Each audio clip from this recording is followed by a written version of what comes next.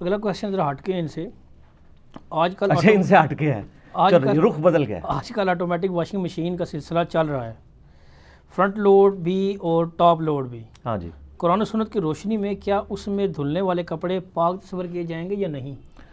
یہ بہت critical question ہے. آج کل اکثر لوگ پوچھ بھی رہے ہوتے ہیں. ہماری مائیں بہنیں اور ہماری بوڑھیاں جس طرح کپڑے پاک کیا کرتی تھیں, میں کیٹاگوریکل سٹیٹمنٹ دے رہا ہوں تاکہ بات سمجھ آ جائے, اس سے آج کی جو مشینیں ہیں نا یہ بہت بہتر پاک کرتی ہیں, کیونکہ وہ پانی کو اس طریقے سے یعنی نتھار نہیں سکتی تھی کپڑوں کو. یعنی وہ گندے کپڑے یا پلیت کپڑے نکالے تو وہ صاف بالٹی میں ڈالے, تو جب بالٹی میں ڈالتے ہی وہ سارا پانی گندا ہو گیا.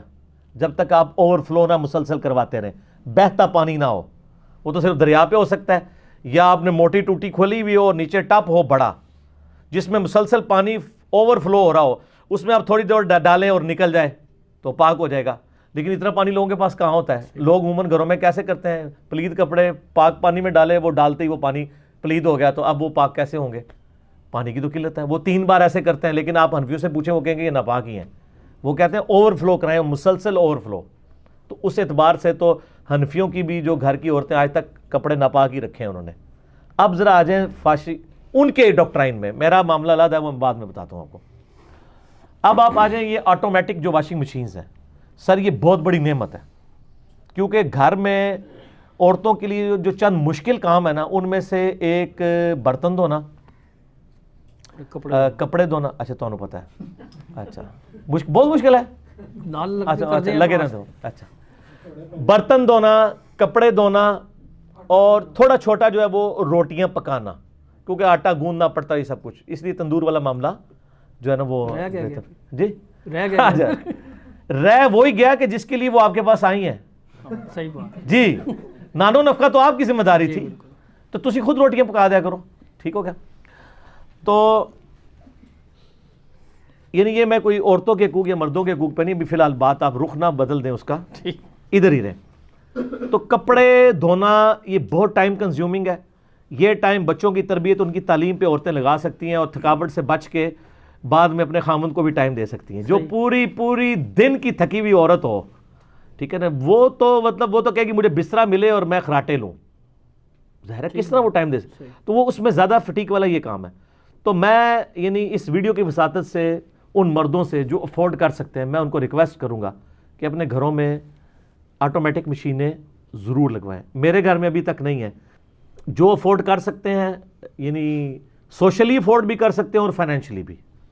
بعض صرف فائنینشلی افورڈ کر سکتے ہیں لیکن سوشل بیریئر بہت ہوتا ہے, تو وہ ضرور لگوائیں. کپڑے پاک بھی کریں اور اپنی عورتوں کو فری کریں کہ وہ بچوں کی تربیت کریں ادھر ٹائم لگانے کے.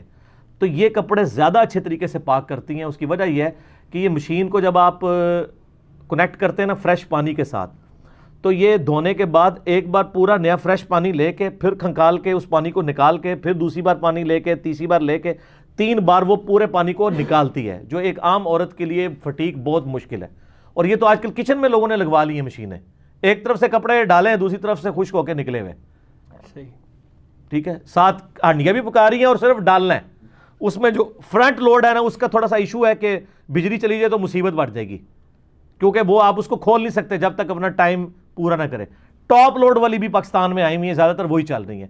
اس کو آپ کسی بھی وقت روک کے کوئی چیز نکالنی ہے نکال سکتے ہیں. کوئی بیچ میں کوئی 54 یا 58 یا کوئی 5 پیسہ چلا گیا, یا کوئی 5 پیسہ تو ہوتا ہی نہیں آج کل, وہ ایک کوئی سکہ چلا گیا, تو وہ ان کو کھڑ کھڑ آواز آئی ہے تو روک سکتی ہیں. وہ فرنٹ لوڈ والی جو ہے نا وہ تو اپنا ٹائم پورا لیتی ہے. ٹاپ لوڈ والی, میری واشنگ مشین کی کوئی دکان نہیں ہے آٹومیٹک, نہ میں کوئی اس طرح کر رہا ہوں.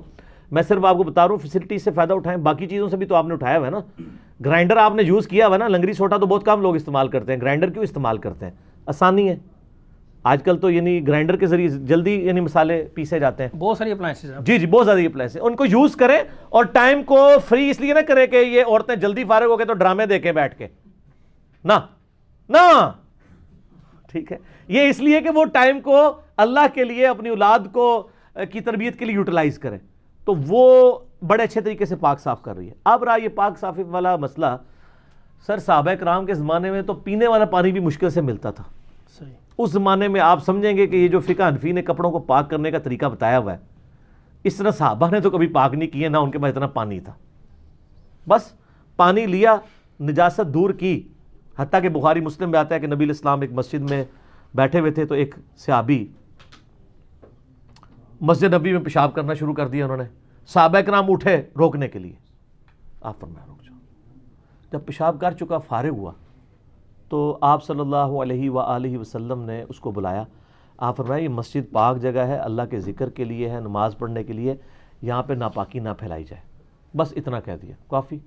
یہ آپ کا اخلاق بھی تھا. اور صحابہ کرام اس کو پکڑنے کے لیے، اب وہ پکڑتے، وہ آدھا پیشاب اندر آدھا باہر، وہ اسلام سے ہی متنفر ہو جاتا. جتنا کام ڈالنا تھا وہ اس نے ڈال لیا، جہاں اس نے تھوڑا سا پیشاب کیا تھوڑا اور کر لیتا، گندگی تو ہو چکی تھی. لیکن آپ نے فرمایا وہ تو کر لینا، اخلاق سے سمجھایا، اس کو سمجھ آ گئی. ظاہر ہے کہ ہمارا تو بچہ بھی یہ کام نہیں کرے گا. اس وقت تو لوگوں کو نہیں پتا تھا نا کہ بھی مسجد میں، اور مسجد میں قالین بھی نہیں تھے، کچی مسجدیں تھیں، تو نیا نیا اسلام آیا تھا، لوگوں کو نہیں پتا تھا. وہ تو اس کو اسی طریقے سے ایک گھر کی دیوار ہی سمجھ رہے تھے، جیسے مسجد کی دیوار ہے کہ جی خود خشک ہو جائے گی. پھر آپ نے فرمایا پانی کا ایک ڈول لاؤ، اس کے اوپر بہا دو. اب مجھے بتائیں ایک بندے نے پیشاب کیا ایک جگہ کے اوپر، اس کے اوپر آپ صرف پانی کا ایک ڈول بہا رہے ہیں، تو پاک ہو گئے وہ؟ آپ نے تو کہانی کرائی ہوئی ہے کہ وہ بہتا ہوا پانی آپ کے حساب سے تو اتنے ڈول بہائے جائیں کہ وہ وہاں سے نکلتا دوسری طرف سے باہر نکلے. صحیح، ٹھیک ہے، یہ پاسبل نہیں ہوتا تھا. آپ گندگی دور کریں. حتیٰ کہ ابو داؤد میں ایک حدیث ہے، کچھ عورتوں نے کہا یا رسول اللہ صلی اللہ علیہ وسلم، ہم مسجد میں جب نماز پڑھنے کے لیے آتی ہیں نا تو مدینہ شریف کے راستے میں گندگی ہوتی ہے، تو ہماری جو عبایا ہے نا وہ نیچے لگتی ہے، تو ہم کیا کریں؟ آپ یہ بھی کہہ سکتے تھے عبایا اوپر کرو، لیکن نہیں فرمایا، عورت کے پردے کا خیال. آپ فرمایا وہ جب گندگی والی جگہ پہ تمہاری عبایا ٹچ کرتی ہے، اس کے بعد کیا کوئی پاکی والی جگہ بھی آتی ہے؟ کہا یا رسول آتی ہے. اس کے ساتھ رگڑا کھاتی ہے؟ فرمایا پاک ہو جاتی ہے. جوتیوں کے تلوے کا بھی تیمم آٹومیٹکلی ہو جاتا ہے اگر جوتیوں میں امپریشن نہ بنے ہوئے ہوں.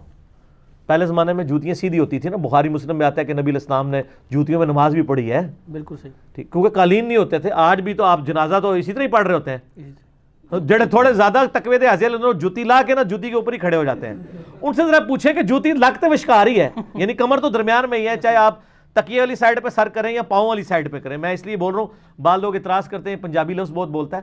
میں اکثر پنجابی جو بول رہا ہوتا ہوں نا اس کے بغیر بھی میرے لیکچر مکمل ہوتا ہے. آپ پریشان نہ ہویا کریں جن کو پنجابی نہیں آتی، میں انہی باتوں کو اردو میں بھی ریپیٹ کر دیتا ہوں.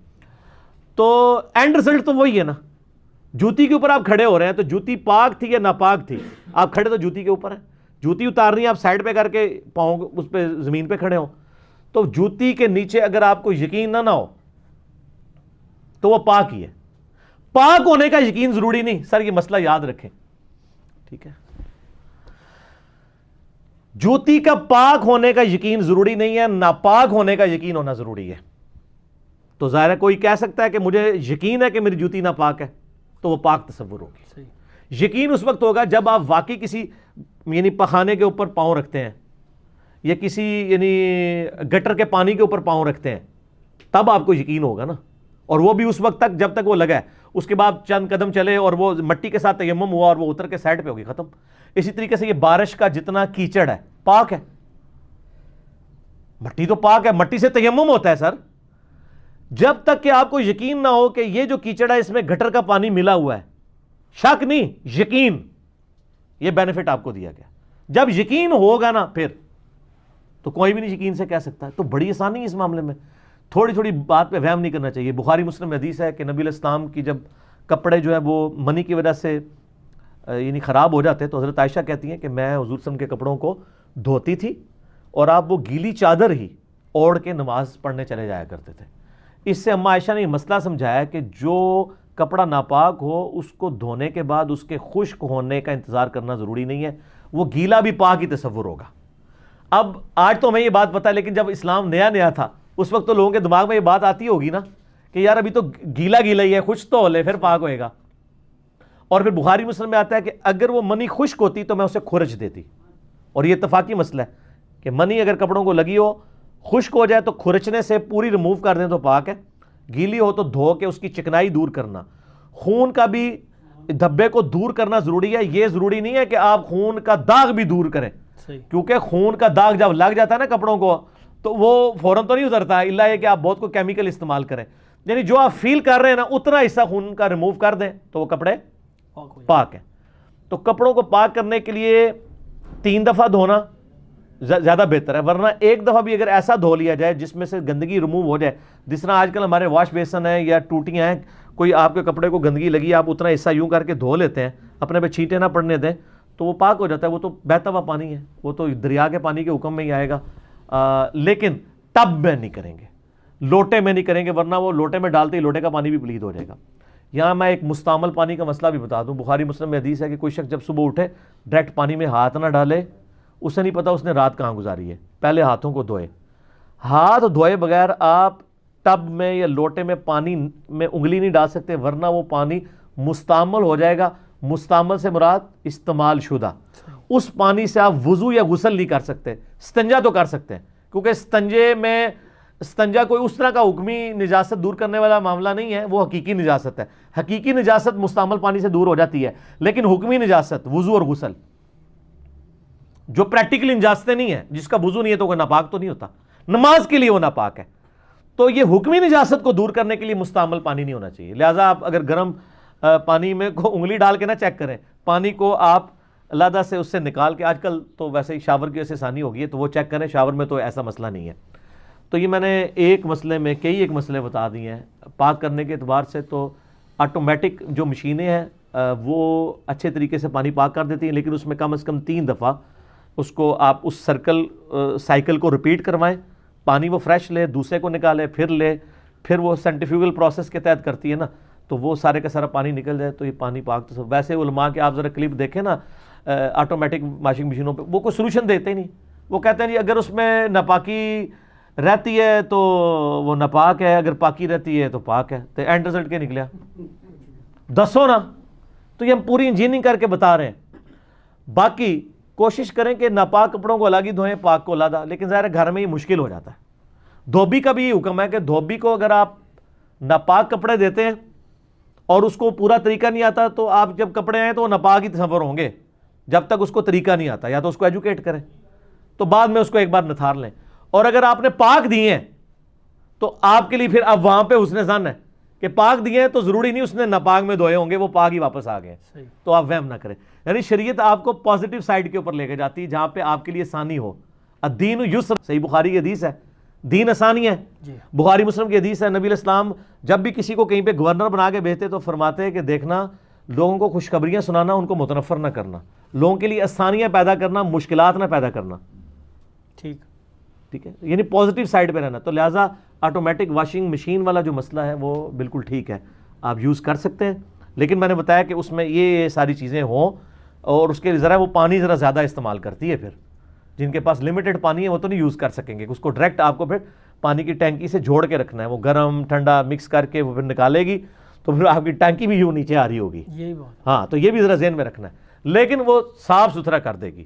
عورتوں کی فٹیک جو ہے نا وہ پھر بہت کم ہو جائے گی. پھر عورتیں جو اپنا اصل کام ہے, یعنی بیوی بچوں کی تربیت کے لیے بیوی ہوتی ہے نا, یا خاوند کو ٹائم دینے کے لیے, تو وہ اپنا کام صحیح طریقے سے کر سکے گی. ٹھیک ہو گیا. لیکن اس کے ساتھ ایک ضمن بات کوشچن ہی ہے کہ یہ بھی کہا جاتا ہے صبح جب اٹھتے ہو, جس طرح ہاتھ دھونے کی بات ہوئی, اسی طرح ناک میں پانی ڈالو, اس کو زور زور سے اس کو جھٹکے دو, یہ بھی ہے کوئی؟ کیا ناک میں پانی ڈالو, ناک میں شیطان بیٹھا ہوتا ہے؟ نہیں, وہ سنت تو ہے نا جی. اچھا, وہ وضو غسل تیمم استنجا پہ میرا مسئلہ 42 دیکھ لیں. میں نے سارے مسائل بیان کیے ہیں.